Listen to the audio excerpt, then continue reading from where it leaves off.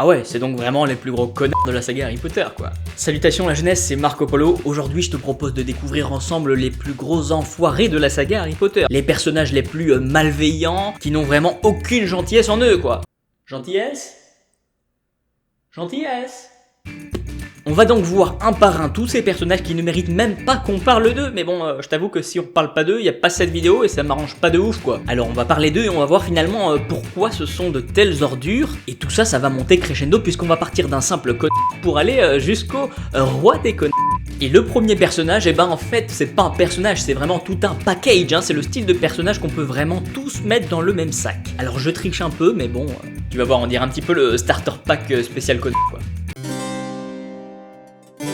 On va donc parler de la famille Dursley. C'est le type de famille, tu vois, qui adopte un enfant de façon involontaire et contrainte, mais un enfant qui est de leur propre famille, puisqu'Harry est le neveu de Pétunia. Ayant une chambre de libre, la famille Dursley va probablement la donner à Harry.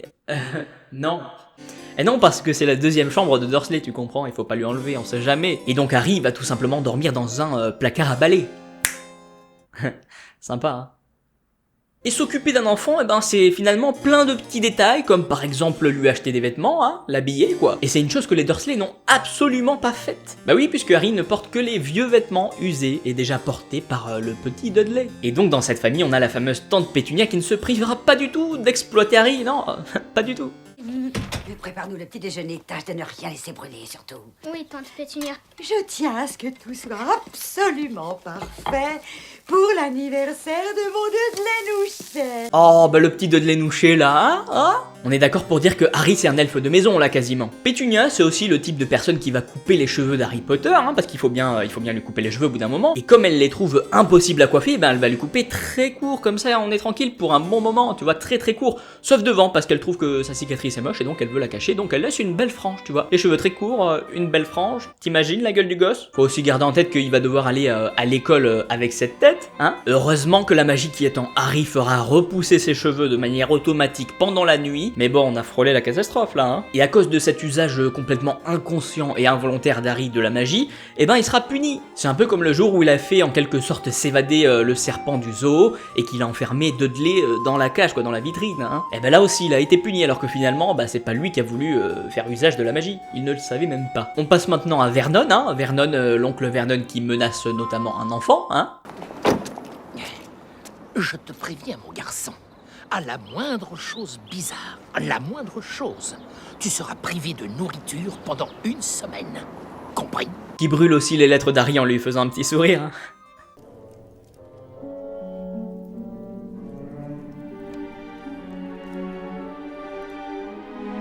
Il y a aussi le fameux jour où Vernon reçoit donc des mécènes ou je ne sais plus trop quoi à la maison, hein, et toute la famille est là, chaque membre de la famille a vraiment son rôle, et le rôle d'Harry, bah, c'est de rester dans sa chambre enfermé et de faire comme s'il n'était pas là, quoi. Et toi? Je resterai dans ma chambre, en silence, et je ferai comme si je n'existais pas. Exactement. Ah c'est beau la famille, hein. Bon, je pense qu'on est déjà pas mal, non? Et alors là, hein, le must, accroche-toi, on va passer forcément à Tante Marge, hein, Tante Marge qui n'a pas adopté Harry, hein, Tante Marge qui est là comme une invitée, comme vraiment une visiteuse, hein. Elle ose ouvrir sa bouche et traiter Harry comme son serviteur, hein, comme ça par exemple. Délicieux, Pétunia. Un peu plus quand même. Oui. Retenez-moi s'il vous plaît ou je vais foutre un bordel. Elle se comporte aussi comme ça. Dans quel collège l'as-tu envoyé? Saint-Brutus, un excellent établissement pour les cas désespérés. Il donne des coups de canne à Saint-Brutus? Mais bon, elle aura finalement ce qu'elle mérite, hein. Bon, je ne vais pas mêler Dudley à cette histoire, hein, parce que même si c'est une belle tête de c***, il a été élevé comme ça, il n'y est finalement je pense pour pas grand chose, et puis si on regarde les scènes coupées du film, eh ben on peut s'apercevoir que finalement il a changé plus tard, et il gardera un lien sympathique avec Harry quoi. Avant qu'on passe à autre chose que la famille Dursley, ne me sors pas l'argument du Horcrux, ah, oh non, ne me sors pas ça mon pote. On sait qu'un Horcrux peut rendre les gens agressifs, les gens qui sont à proximité en tout cas, on l'a vu avec Ron en fin de saga, on pourrait donc croire que Harry, qui lui-même est un Horcrux, pourrait jouer sur la psychologie et sur l'état émotionnel des Dursley quoi, et c'est pour ça qu'il serait nerveux, mais non, honnêtement, puisqu'on voit Harry qui passe ses journées avec Ron et Hermione, et ils sont pas pour autant agressifs, hein, on est d'accord. Donc pour moi, ça n'est pas une excuse. Allez, on passe à un autre personnage, ça commence par P, ça finit par Ter, et c'est Peter quoi, c'était pas difficile du tout. Peter Pettigrew, le traître de la saga Harry Potter, l'homme qui a trahi ses amis alors que eux l'ont intégré dans leur groupe d'amis alors que personne ne voulait de Peter Pettigrew, et donc les amis de Peter l'ont intégré à un tel point qu'il est devenu le gardien du secret de James et Lily. Et malgré ça, il deviendra mange-mort et trahira les Potter en révélant donc leur position à Voldemort et donc en causant leur assassinat. C'est quel genre d'ami ça? Ah, pour lui, je pense qu'on n'a pas besoin d'aller chercher d'autres exemples, hein, je pense que ça suffit, non? Allez, on continue avec cette fois-ci une femme, Dolores Umbridge, qui est pour moi peut-être l'un des pires personnages de la saga. Hein. Bon, déjà on connaît son attitude, son comportement, sa façon de parler aux autres, de se comporter, mais c'est loin d'être tout. Elle a une passion un petit peu fanatique pour le ministère de la magie, hein, peut-être pour le pouvoir indirectement. Et ça a commencé très tôt, hein. Dès ses 17 ans, elle a fait un stage au ministère de la magie, et depuis, elle n'a cessé de chercher à monter en grade au sein du ministère. Elle se servira même des doutes de Cornelius Fudge qui croit que Dumbledore veut prendre sa place et elle jouera avec ça pour justement monter en grade. Elle deviendra sous-secrétaire d'État au ministère et en profitera pour passer des lois racistes envers les loups-garous ou les êtres des eaux par exemple. Dolores Umbridge fera aussi attaquer Harry par des détraqueurs pour qu'il soit obligé d'utiliser la magie en dehors de l'école. Et plus tard, encore une fois contre Harry, quand elle deviendra professeure de défense contre les forces du mal, elle lui infligera une punition qui l'oblige à se mutiler lui-même. Tout ça sera quand même bien puni puisqu'elle terminera sur la case prison d'Azkaban. Le personnage suivant dont on va parler, c'est James Potter, le père d'Harry Potter. Pour moi, il mérite sa place dans cette vidéo, mais je vais pas m'attarder sur ce personnage parce que finalement, je lui ai déjà réservé toute une vidéo où il prend son compte bien comme il faut quoi. Donc si tu ne l'as pas encore vu, je t'invite à aller la voir, je te la mets dans le petit i, tu peux y aller à la fin de la vidéo maintenant, enfin tu t'organises quoi, hein, voilà. Mais pour faire simple, rapide et efficace, en gros, James a humilié et martyrisé Severus Rogue durant leur scolarité à Poudlard, et même si à côté il a fait de bonnes choses, même s'il a de bons côtés, et ben pour moi, ça n'excuse pas ça, donc il mérite sa place dans cette vidéo.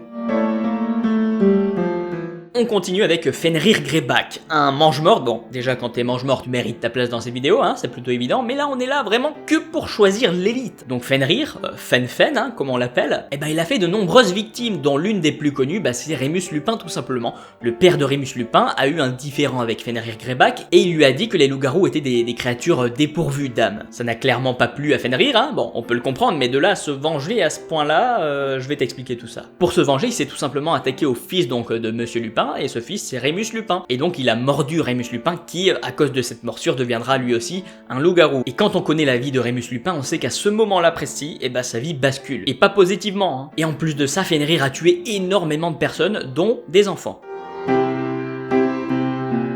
Au suivant, et le suivant, bah c'est Voldemort, forcément qu'il est dans cette vidéo, c'est le plus grand mage noir de tous les temps. Il a tué des tonnes de personnes, il a fait des choses horribles pour créer ces fameux Horcruxes, il a essayé de tuer un gamin dont il avait déjà tué les parents.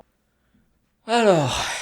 rien à voir avec la vidéo, hein. Je reviens d'un petit coup de fil urgent en plein tournage, hein, le style de coup de fil qui fait plaisir. Hein. Je te montre un peu les coulisses, voilà. Dis-moi si ça te plaît pas, bah désolé quoi finalement parce que du coup je l'ai vu et là je grappille encore quelques secondes, donc voilà, on allonge la vidéo, hein. On fait durer le watch time et là ça devient un petit peu chiant pour toi comme pour moi, donc on va arrêter, hein. Allez, on continue. Revenons-en à Voldemort. Il a donc tué énormément de personnes, il a fait ses fameux Horcruxes, etc. Il a divisé complètement le monde magique en deux parties, hein, les gentils et les connards.